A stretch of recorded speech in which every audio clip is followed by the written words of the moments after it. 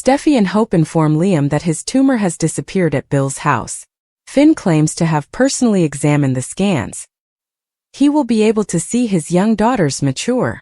Will and Katie break the big news. Brooke at Forrester is concerned about the release of the press release for Italy. Ridge tells her that they can still cancel if Liam forces them to. At that moment, Will and Katie rushed in with amazing news. According to them, Liam's experimental brain surgery was successful. He's recovered. They all shout with delight. Being able to spend more time with his older brother makes Will very happy. To find out more, Taylor chooses to get in touch with the hospital. They have people to thank, Ridge says, so she should. Ridge and Will argue about Bill. Will claims to be having guilt issues. Ridge will never forgive him for what he did. Luna was released from prison because of him. He endangered my daughter. Will believes that his efforts to save Liam are going well.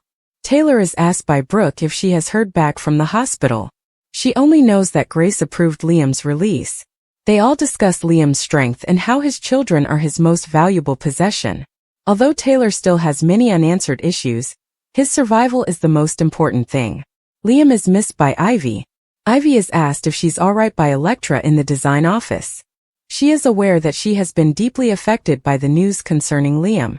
The unfairness of it all is too much for Ivy to handle. They discuss how Ivy and Liam used to be close. Elektra is aware of how much he still matters to her. Ivy remembers that he was around during one of her darkest moments. She has realized how much she has missed him since learning that his life is about to end. Liam continues to be the greatest boyfriend Ivy has ever had, she informs Elektra. He is the complete package, she says, listing all of his qualities.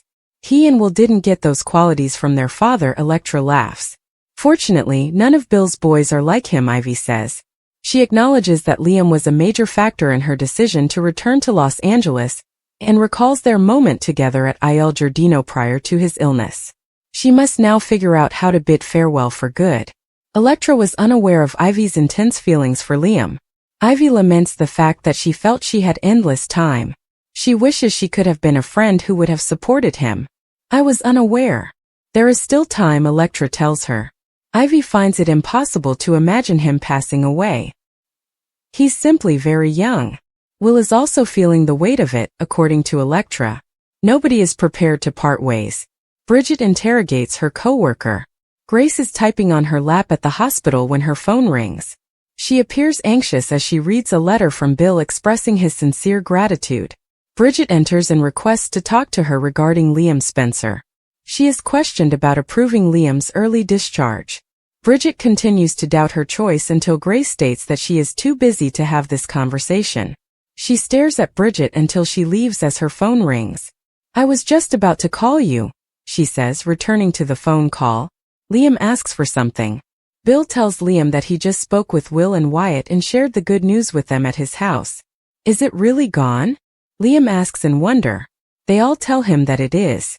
He will be with them for a very long time and grow old with them. Liam sobs.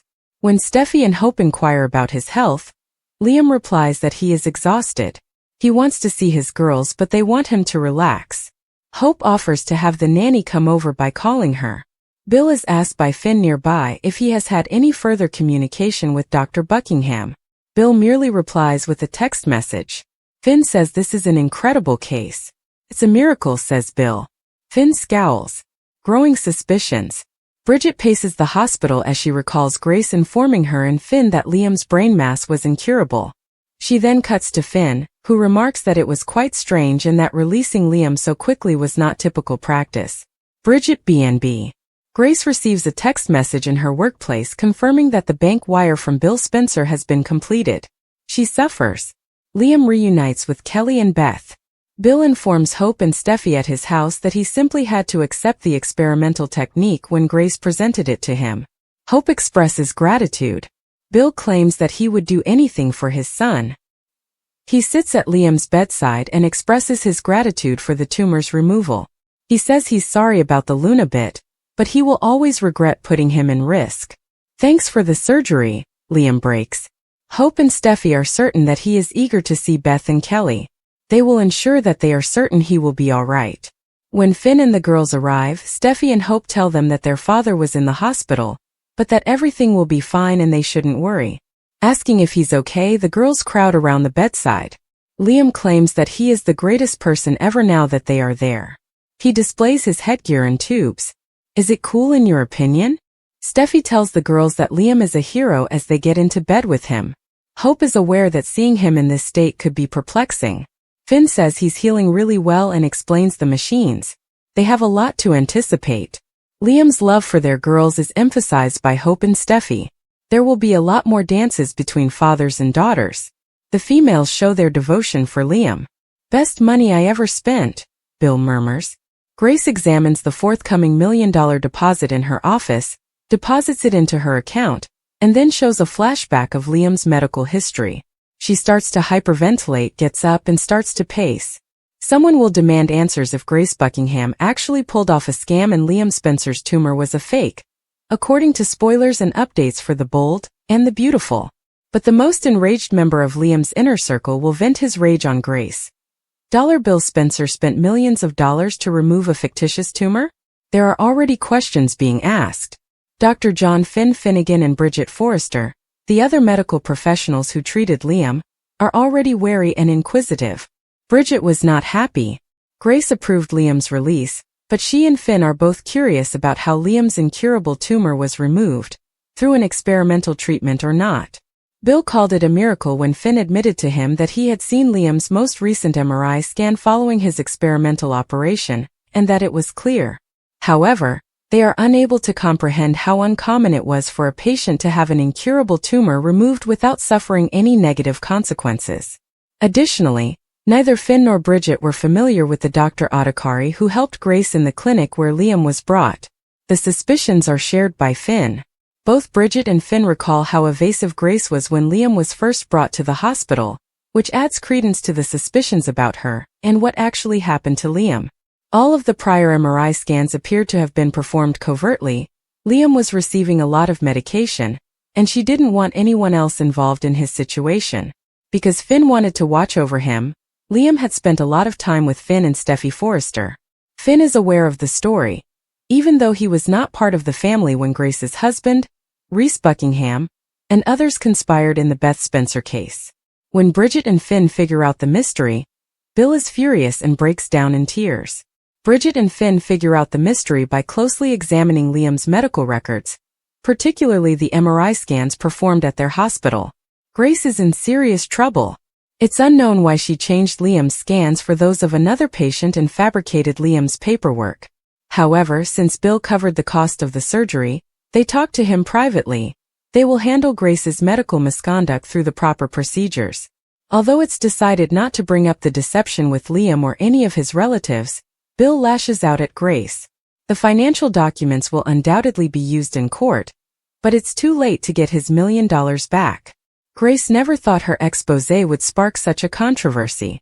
What started out as an ordinary story swiftly turned into a national scandal. Following rumors about a purported charity run by Bill, a flamboyant social media star who now bills himself as a philanthropist, she had been undercover for weeks. Over $1 million had been donated to his Tumors No More campaign, which was purportedly used to pay for surgeries for cancer patients from disadvantaged backgrounds. However, Grace had a gut feeling that something was wrong. The stories from the few patients she was able to locate didn't add up, and neither did the numbers.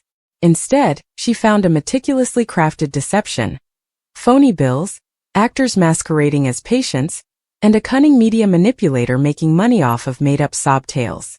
At dawn, her story appeared in the digital press. The internet was on fire by midday. Trending hashtags on many platforms included #DollarBillExposed and #FakeTumorFund. The story was reported by news organizations, who cited Grace's thorough investigation. Screenshots of fake medical records and fictitious hospital trips went viral. But Bill retaliated as the entire world shrank in contempt. With tears in his eyes, he went live on his channel and accused her of lying and being a fame-hungry journalist who was attempting to ruin the reputation of a good man. He yelled into the camera, "She twisted everything. I've assisted others. When children were dying, where were you?" Grace was unfazed, though. She genuinely had the receipts. Emails outlining marketing angles for the sicknesses, wire payments to shell firms, and a hidden camera film revealing a meeting in which Bill practiced a tale with a hired patient are also included. At first, his supporters came together to support him, but the evidence was too strong.